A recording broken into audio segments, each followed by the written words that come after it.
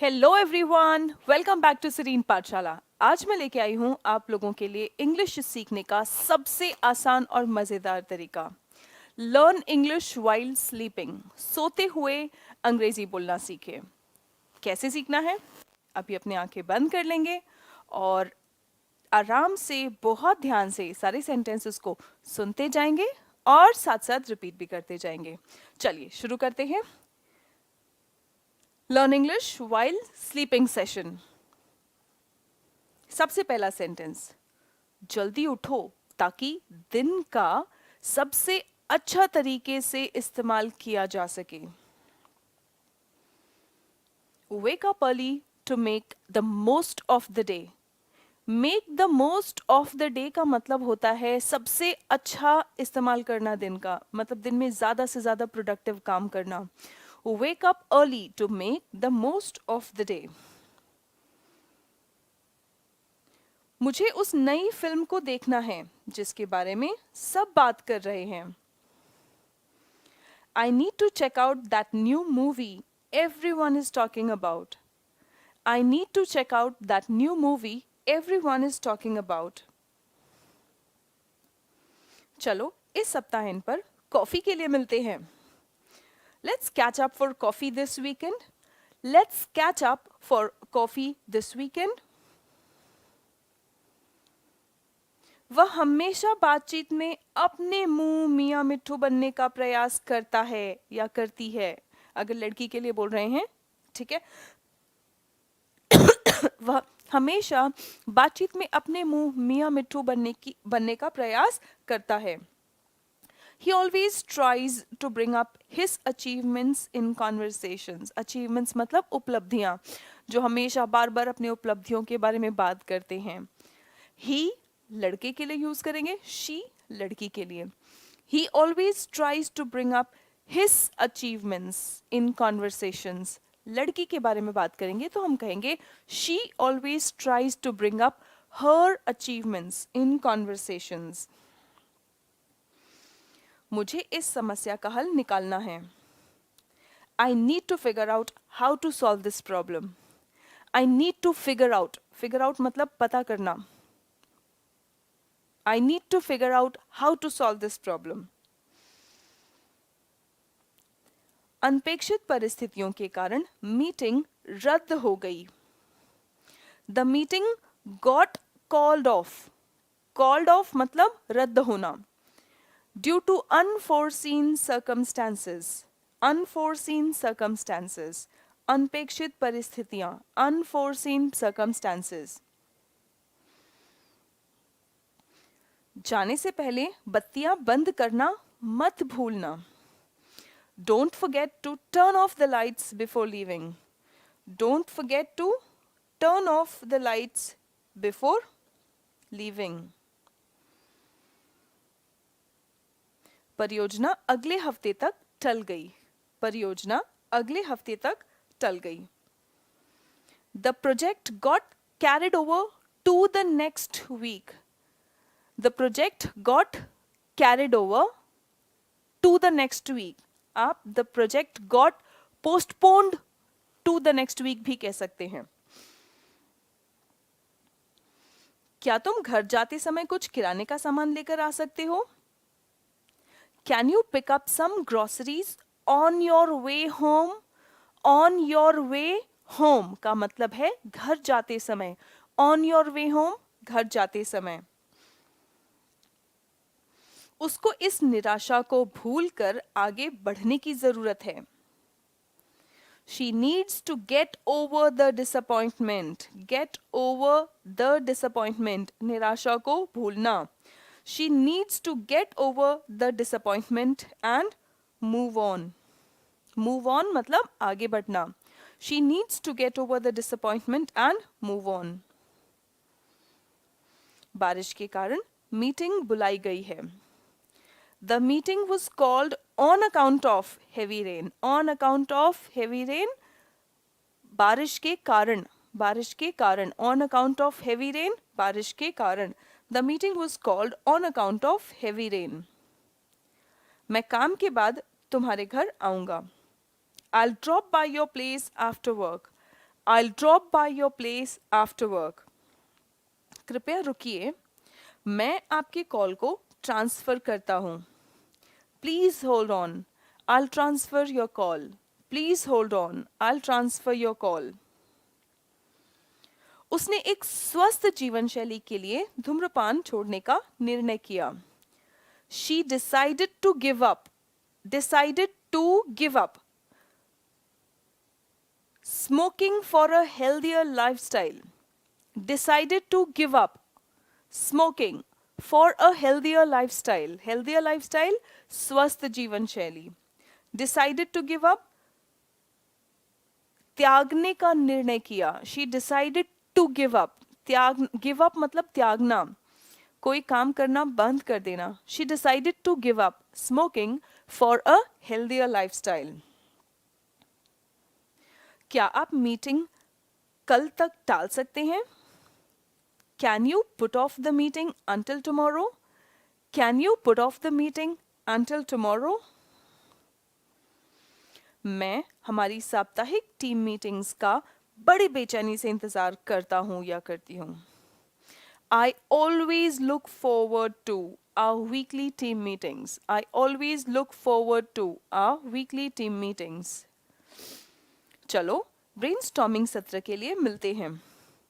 Let's get together. Get together मतलब इकट्ठे होना. हम फैमिली गेट टुगेदर करते हैं, फ्रेंड्स गेट टुगेदर करते हैं, right? Let's get together for a brainstorming session. Brainstorming session वो सेशन होता है जहाँ पे बहुत सारे लोग इकट्ठे होके किसी एक मुद्दे पर बात करते हैं, कोई सोल्यूशन निकालने के लिए, कोई हल निकालने के लिए, कोई तरीका, कोई नया मेथड ढूंढने के लिए. सब अपने अपने आइडियाज जहाँ पर देते हैं, ब्रेनस्टॉर्मिंग सेशन कहते हैं उसे. Let's get together for a brainstorming session. नई नीति अगले कुछ महीनों में धीरे धीरे लागू होगी. नई नीति अगले कुछ महीनों में धीरे धीरे लागू होगी. The new policy will phase in.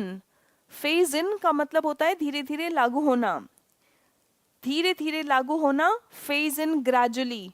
Over the next few months. आने वाले कुछ महीनों में, अगले कुछ महीनों में, over the next few months, the new policy will phase in gradually over the next few months. The new policy will phase in gradually over the next few months. मुझे कल तक उस प्रस्ताव पर आपसे फिर से बात करना होगा. I need to get back to you on that proposal by tomorrow. I need to get back to you on that proposal by tomorrow. आइए कार्यों को छोटे छोटे हिस्सों में बांट लें ताकि उन्हें आसानी से संभाला जा सके. Let's break up the tasks to make them more manageable. Let's break up the tasks to make them more manageable. उसने अपने पहले के कथन से पीछे हटना पड़ा. उसे अपने पहले के कथन से पीछे हटना पड़ा. He had to back down from his earlier statement. Earlier statement पहले जो उन्होंने कहा था, पहले के कथन से उन्हें पीछे हटना पड़ा. मतलब एक तरह से अपने शब्द वापस लेने पड़े. He had to back down from his earlier statement. He had to back down from his earlier statement. Company ने पुराने सॉफ्टवेयर को धीरे धीरे बंद करने का निर्णय लिया. अभी थोड़ी देर पहले आपने सेंटेंस देखा था, धीरे धीरे लागू करना. नई नीति को धीरे धीरे लागू करना, उसे क्या कहते हैं? एक बार कमेंट बॉक्स में बताएंगे. धीरे धीरे लागू करना. अब हम देख रहे हैं धीरे धीरे बंद करना. कंपनी ने पुराने सॉफ्टवेयर को धीरे धीरे बंद करने का निर्णय लिया. The company decided two phase out the outdated software. Outdated मतलब जो चीज पुरानी हो चुकी है. The company decided to phase out the outdated software. कृपया अपनी प्रस्तुति जारी रखें. हम सुन रहे हैं. Please carry on with your presentation. We are listening. Please carry on with your presentation. We are listening. उन्होंने बुरे मौसम के कारण इस इवेंट को रद्द करने का निर्णय लिया. They decided to call off the event due to bad weather. Call off का मतलब होता है रद्द करना. Put off का मतलब होता है टालना. हमने कैंसिल नहीं किया है, हमने टाला है, पोस्टपोन किया है. Put off, postpone. Call off मतलब cancel. They decided to call off the event due to bad weather. मैं बाद में आपसे चेक इन करूंगा कि परियोजना कैसे बढ़ रही है या कैसे आगे चल रही है. I'll check in with you later to see how the project is progressing. I'll check in with you later to see how the project is progressing. क्या तुम पार्टी के लिए एक उपयुक्त पहनावा चुन सकते हो? अब देखिए, इन सेंटेंसेस को आप अपने अकॉर्डिंग ढाल सकते हैं. पार्टी में जाना है तो पार्टी के लिए, शादी में जाना है शादी के लिए, इंटरव्यू में जाना है इंटरव्यू के लिए, मीटिंग में जाना है मीटिंग के लिए. क्या तुम पार्टी के लिए एक उपयुक्त पहनावा चुन सकते हो? Can you pick out a suitable outfit for the party, for the meeting, for the interview, for the wedding, right? Can you pick out a suitable outfit? Pick out मतलब choose करना, चुनाव करना. Can you pick out a suitable outfit for the party? मैं meeting के बाद documents तुम्हारी मेज पर रख आऊंगा. मैं मीटिंग के बाद डॉक्यूमेंट्स तुम्हारी मेज पर रख आऊंगा. एक बार कोशिश करेंगे, आप भी कोशिश करेंगे ये सेंटेंसेस बनाने की. I'll drop off the documents at your desk after the meeting. I'll drop off the documents at your desk after the meeting. कितने बच्चे इसको डेस्क बोलते हैं?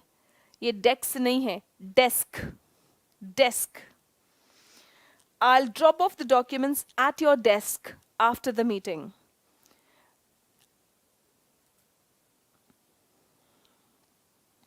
मुझे परियोजना के विवरण पर तुमसे बातचीत करनी है. I need to go over the details of the project with you. I need to go over the details of the project with you. आगामी परिवर्तनों पर चर्चा करने के लिए एक मीटिंग सेटअप करें. Let's set up a meeting to discuss the upcoming changes. आगामी परिवर्तन, upcoming changes. टीम को डेडलाइन पूरी करने के लिए एक साथ मिलकर काम करना होगा. The team needs to pull together to meet the deadline. Meet the deadline, deadline पूरी करना. The team needs to pull together मतलब टीम को मिलकर काम करना होगा डेडलाइन पूरी करने के लिए. हम कॉन्फ्रेंस कॉल से पहले कार्यसूची एक बार देखेंगे. We'll run through the agenda. कार्यसूची मतलब हमें क्या क्या काम करना है. We'll run through the agenda before the conference call. अब यहाँ पे run through क्यों कहा गया है? Because conference call के पहले जल्दी जल्दी एक बार फटाफट देख लेंगे कि हमें आज कॉन्फ्रेंस पे क्या क्या बात करना है. We'll run through the agenda before the conference call. प्रबंधक ने अनावश्यक खर्चों में कमी करने का निर्णय लिया. प्रबंधक, manager. The manager decided to cut back on unnecessary expenses. The manager decided to cut back on कम करना, unnecessary expenses, अनावश्यक खर्चे. Unnecessary expenses, अनावश्यक खर्चे. मैं मीटिंग के मिनट्स में तुम्हारी सुझावों को नोट कर लूंगा. I'll put down your suggestions in the meeting minutes. I'll put down your suggestions in the meeting minutes.